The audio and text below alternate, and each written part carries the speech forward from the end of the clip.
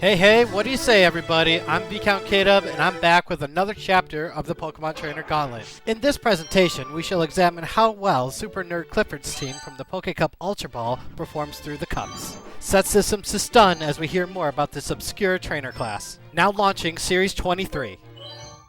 So here's a little lore for you. The Super Nerds we face are actually grown-up school kids. I never even bothered to put that together until making this video because they're very easily defeated in the games. The Pokemon types they prefer using are electric and poison types, with the exception of the Cinnabar variants using fire types. And as you can see, this team sort of resembles that. While there are only 2 out of the 3 types represented here, the team seems to be based around attacks that slowly damage and trap the opponent, and then going for broke when the timing is most opportune. With that being said, let's see how the Ultra Ball version stacks up against my own team's trainer upgrades. Mon number 1 is Ampharos. It looks like we both got the stab attacks down, but the strategy here is totally different. The nerd uses Double Team, which is illegal in most tournaments, so we won't be raising our evasiveness here. Rather, we will fortify our special defense with Light Screen if we get the chance. I don't know what he was thinking teaching Swift, as Fire Punch covers more ground and puts that amazing special attack to good use. And even before reviewing his team, I debated whether or not to give him the Quick Claw, but since Thunder Wave mitigates the speed hurdle, I figured a Focus Band would be fine since this is only one of our mixed attackers. Oh Corsola, what do we do with you? With stats like those, I couldn't give it too much of an offensive edge, so I opted for a defensive one.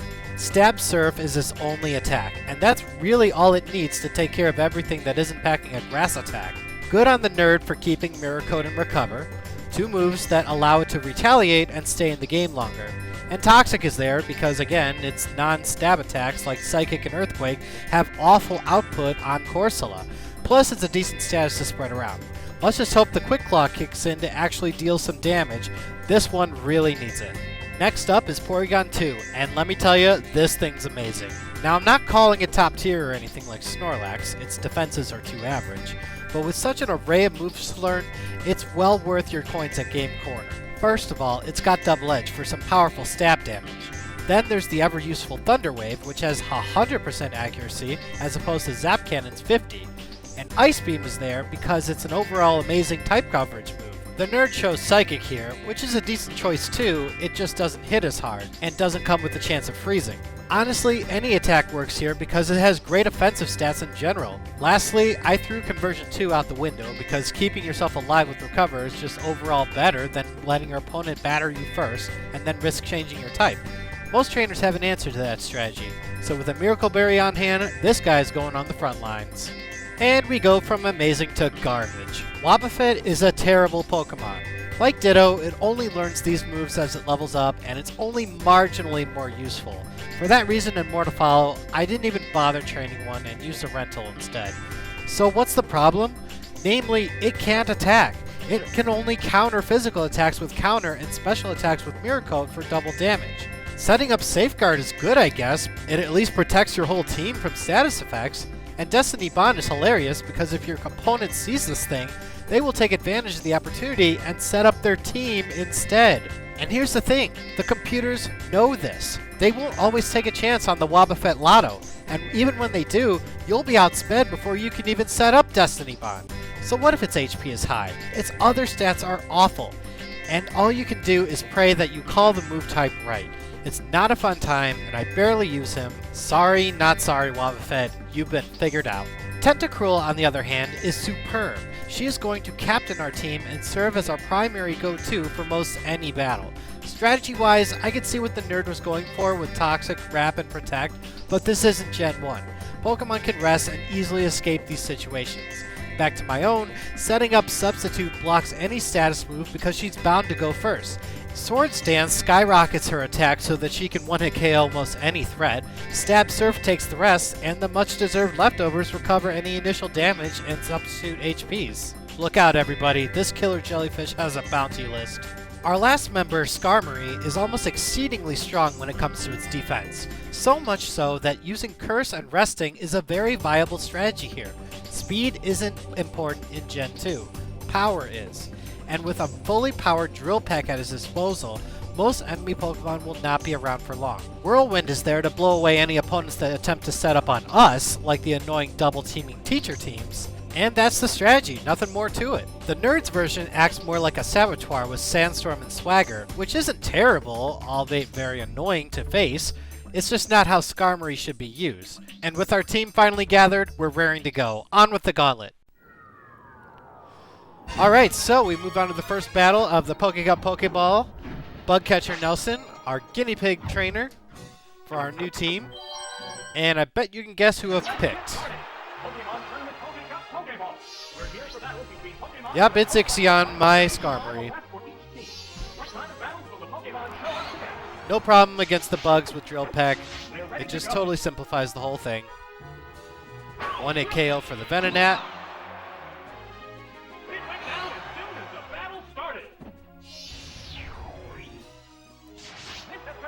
I didn't know actually that Skarmory did have some little speed to him. I've always just seen him as a curse user. Spinnerack has no threat either. There goes Mon number 2.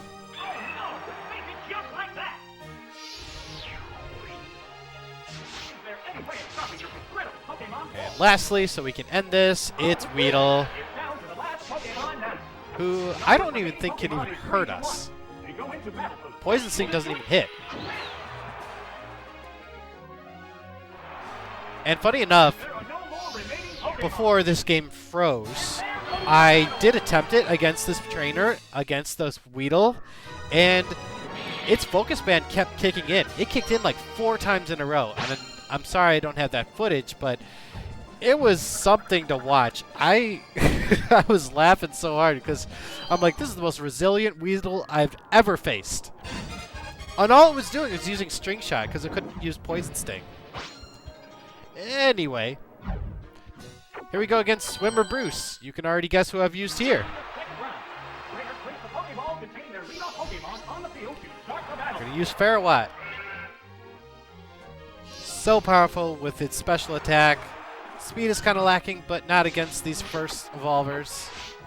First stagers, I guess. Basic, if you will. There goes Goldeen. Smashers, you're welcome.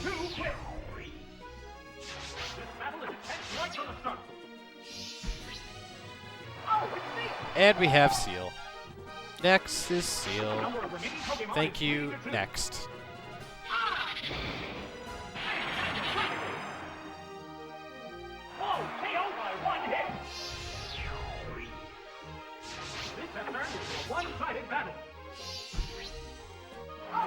And Remoraid is going to get down equally easily. So that makes 2 battles in a row where we've only used 1 Pokemon and 1 attack. Quarter done with the tournament. It's Pokeball. What do you expect? You'll be getting surprises later, I guarantee you. This team doesn't always have it easy. Even though I praised the heck out of it in the build-up to it. So here we go against Hiker Chester, using his first team. And yeah, you kind of know who I'd be using here. Normally I would use Tentablue, but I actually opted to use Barnacle, my Corsola. I didn't know how many battles I'd actually be using it, so I might as well just show it off here. He's still faster than all his other Pokemon, so we're good. And it's a pretty decent surf. Graveler didn't stand a chance.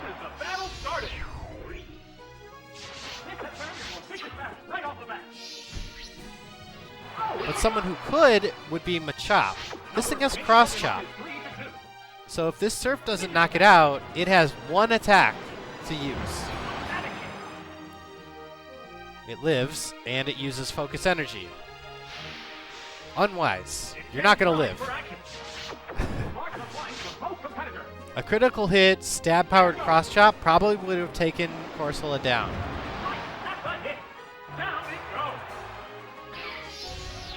Too little, too late.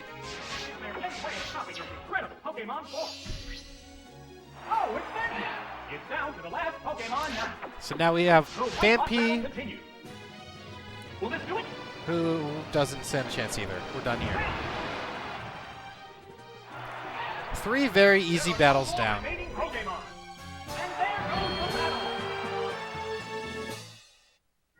Nice being the hero, huh, Corsola? I hope it gets an evolution.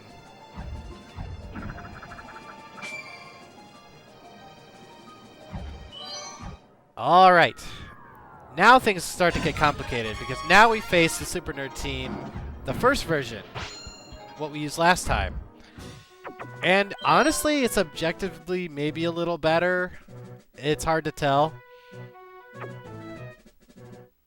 I mean, it's got some garbage in there too. But let's put Poison Electric versus Poison Electric. And normals. I'm going to start off with Porygon 2, because it's such a nice, varied Pokemon. Just go ham on anything. And we have to use Double Edge here because Ice Beam does not kill the Ekans. But we got it. Well, it's looking like that, but I don't expect it to stay that way for long because now we got to get through Magnemite, and I don't really have much that can get through it, so I'm going to try an Ice Beam. Decent, not very good. It's locking on for Zap Cannon later. We try to get through with Double Edge. Oh, we were so close. 2 Double Edges would have done it, though. Critical hit Zap Cannon. That hurts. And there goes my Miracle Berry, too. So, no, the Nerd team, it does have some fight in it. It's just gotta set up strategy first, that's all. Oh, how ironic. We have Porygon 2 versus Porygon, the original. I've looked at the original Porygon stats. They're not that good. It's got a great move pool, but it's pretty bad. Of course, when you teach it Tri-Attack and it crits again, and then you get paralyzed. Of course, Swagger now. But that boosts our Double Edge, so we got a lucky recovery off that. Now I can just kind of go for Double Edges. Tri-Attack's really not doing that much.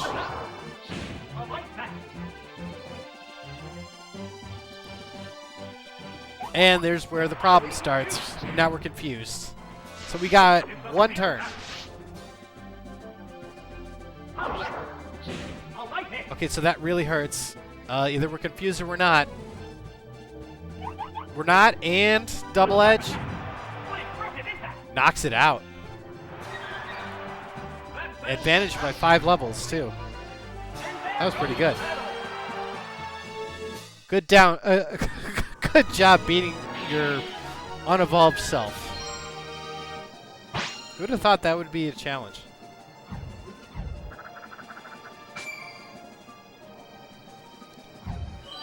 Alright, Battle 5. We still have our continues.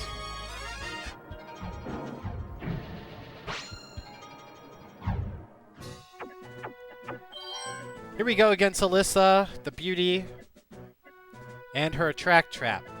Now, luckily, we have a genderless Pokemon who's going to help out. Thank you, Porygon 2. And we have a female in our lineup, Tenta Blue, who also helps against problems like Miltank. And I'm going to use Wobbuffet here just to showcase, like, I'm not crazy, right? Like, this Pokemon is terrible. Like, I'm using counter here.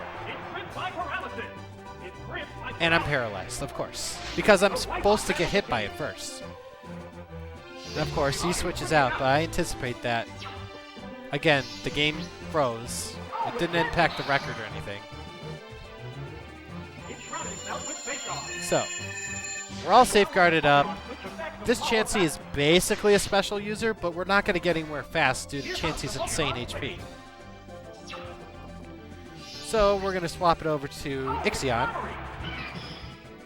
who can take an Icy Wind or two. I mean, he's a cursed user. The main problem is that Chansey knows Attract, and it wastes no time in using it. So now we're fighting Speed and Attraction. If we get a good Drill Peck on Chansey, it's down. No go that time. Adios to our Speed once again. The target is weakened further. This Pokemon is very much attracted by the opponent. The safeguard wore off. And the safeguard's already gone. You won't really see me using Wobbuffet, like, ever again. Uh-oh, it fell asleep. It corrected its state as using a held item. Okay, we got another curse up. So now we just need to Drill Peck.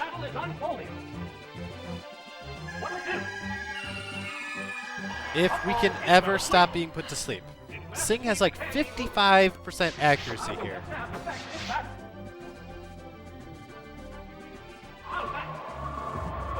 I think our Speed is pretty much gone by now. Like, it doesn't even matter, it's so low.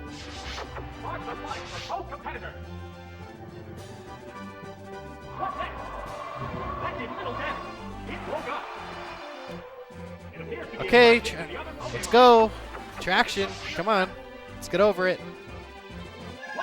More singing. And we're back asleep. If we're through that, we'd be moving. Its only other attack is Egg Bomb, which it will definitely not use.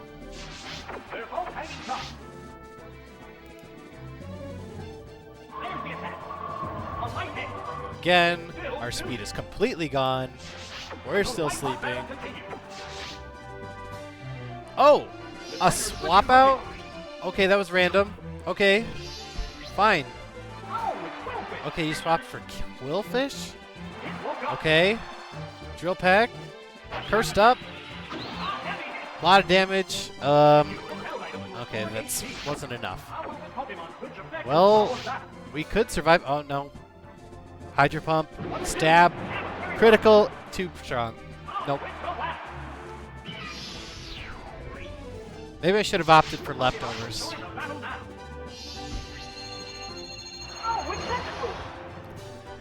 Alright, well, Tentacruel has no problem going first, and I'm just going to try out a substitute here. Oh, it's using Takedown.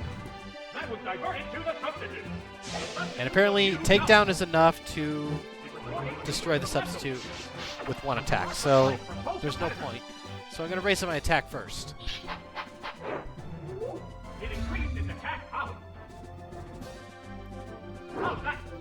Okay, that's a really lucky miss.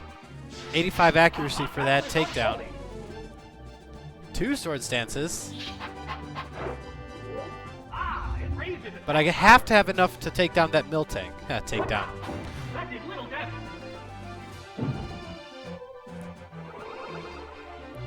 So I'm really safe to go for one more.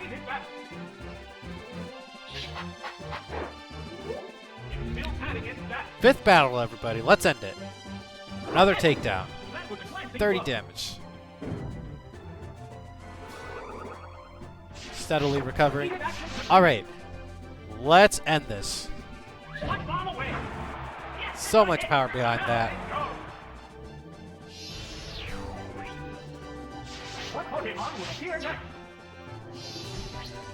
And no more attraction antics here. This Miltank's going down. No substitute. Let's just go.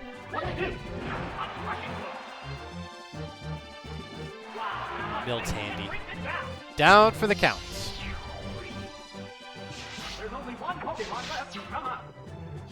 I forgot she had a third. Oh yeah, it's Chansey, of course. Right. He beat one hit KO'd with 1 Sword Stance. There it goes.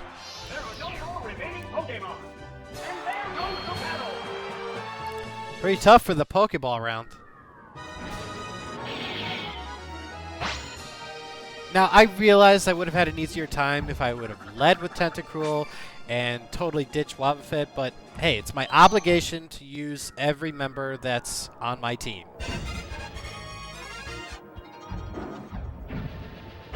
At least once. Now I never really have to use it ever again.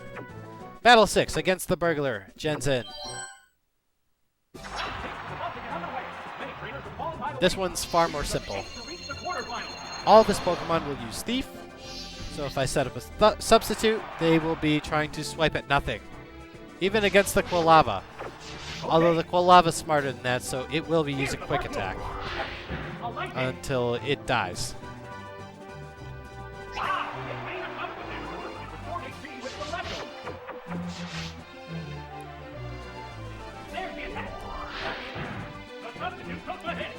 I remember playing the Little Cup, and the Quick Attack, if you ever boosted it by even one stage of attack, I mean, it was really strong.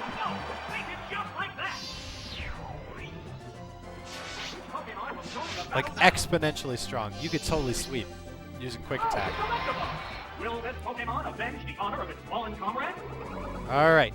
Electabuzz, even that we don't fear, because it has to use Thief. It won't use Electric Attack until that Thief is successful. So we can just raise our attack. Don't even care about it.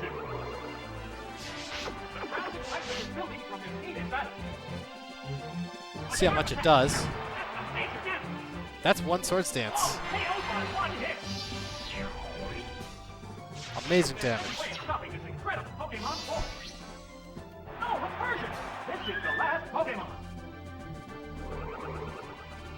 Alright, against Persian, it's also going down one hit. No chance. I'm happy we won the speed battle with that too.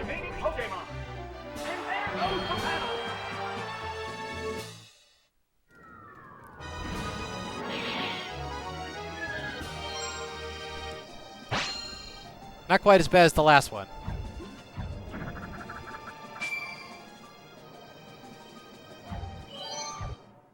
I might have spoken too soon, though, because the next battle is against the Border. And he usually gets a good team. Like, 3 out of his Pokemon are really good. The rest are kind of trashy.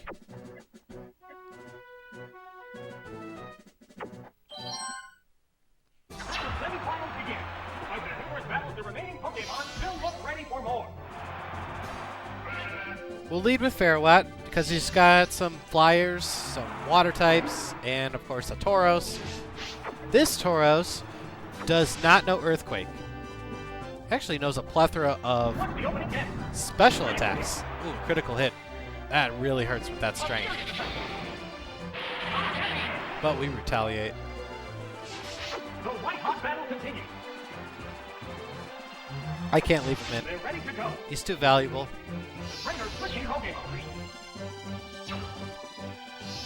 So yeah, this Taurus, Thunder, Surf, Icy Wind, and Strength.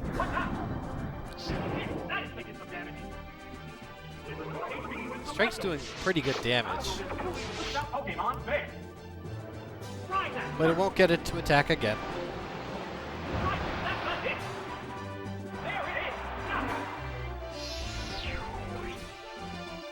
We're eagerly awaiting the appearance of the next Pokemon. Oh, it's Vaporeon! And we come to Vaporeon, who would be a problem. Bite, Haze, Icy Wind, and Shadow Ball. I definitely don't want to get Icy Winded, meaning the speed goes down. Definitely don't want that. It's one of Tentacruel's best features. Now, since this thing has Haze, we can only raise it one stage. That was diverted to the substitute. A hot battle is unfolding.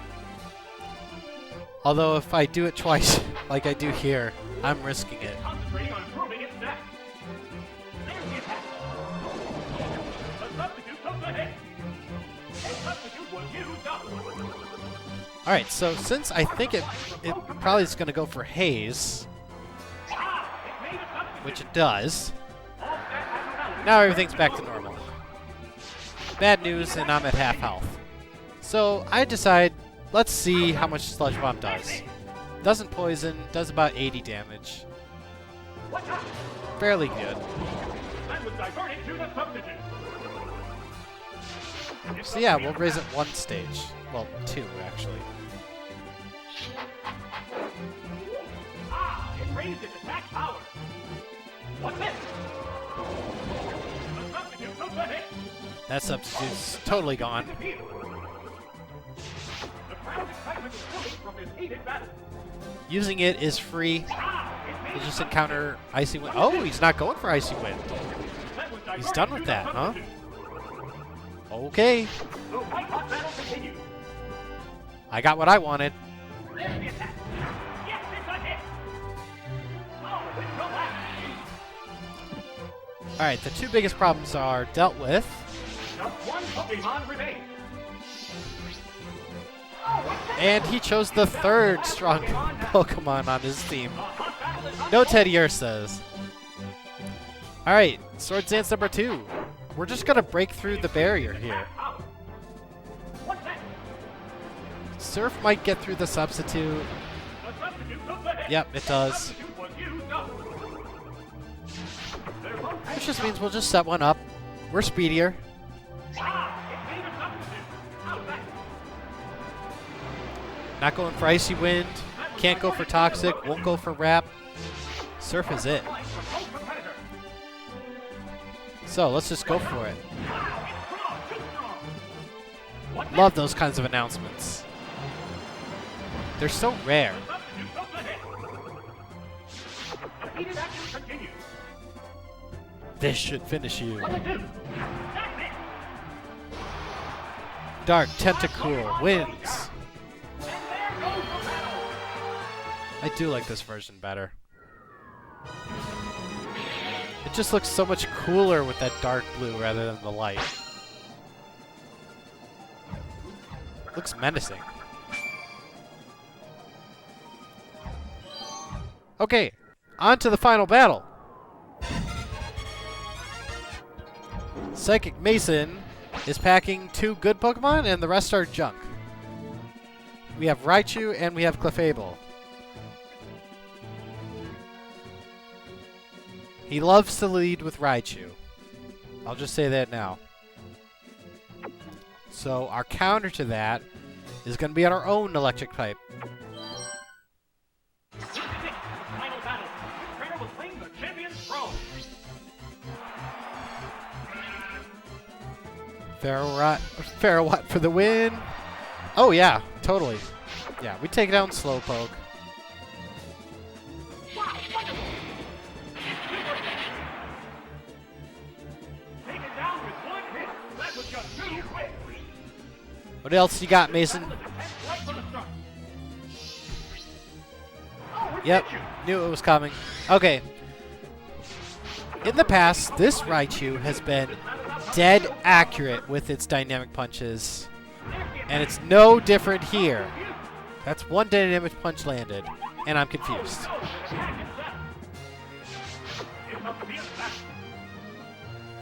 Now it's a Thunderbolt war.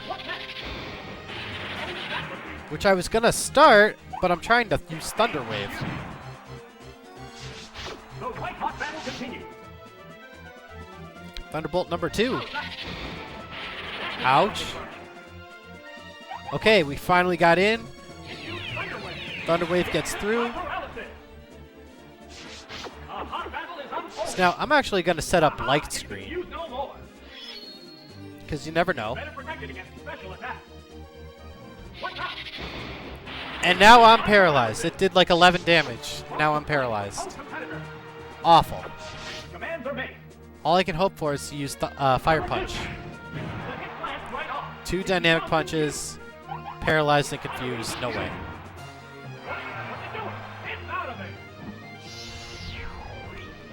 The thing's tough.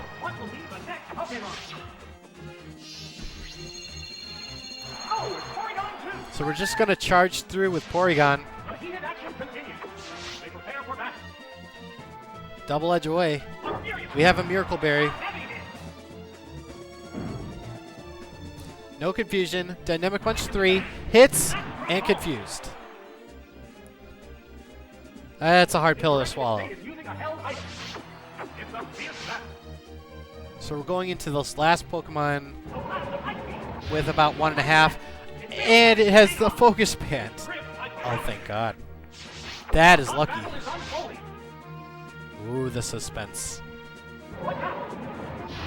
This is the luckiest Raichu I've ever seen. There's only one Pokemon left to come out. Oh, Smeargle! Okay, Smeargle is definitely no problem. Wore off. We don't need that light screen. We're just going to charge through once again. Now the leg attack. Unexpected impact.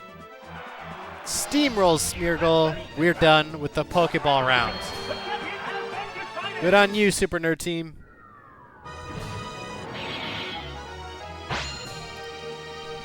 Yeah, it would have been tougher if we saw Clefable. Regardless, let's view the results. So, not a bad first trial for the nerd. Sure, our luck stunk, but the strategies were there, while the Pokemon choices were hit and miss. And that's an aspect I wish was going better as I do this Gauntlet. I enjoy and need variety, and it's tough getting perfect battles with Pokemon that just don't cut it all the time. As a gamer, I like consistency, so I'm going to pick a winning combination that I know is safe. Thankfully, we have the early rounds to get to know where our team's strengths lie, and we can experiment with them. So, in that respect, the experiment was a success. Wobbuffet is worthless, and Corsola makes for a worse Tentacruel. Concluded. Catch most of the team taking on the Great Ball Division next time.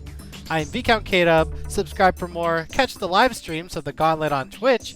And if knowledge is power, then thank you for watching. See you next time.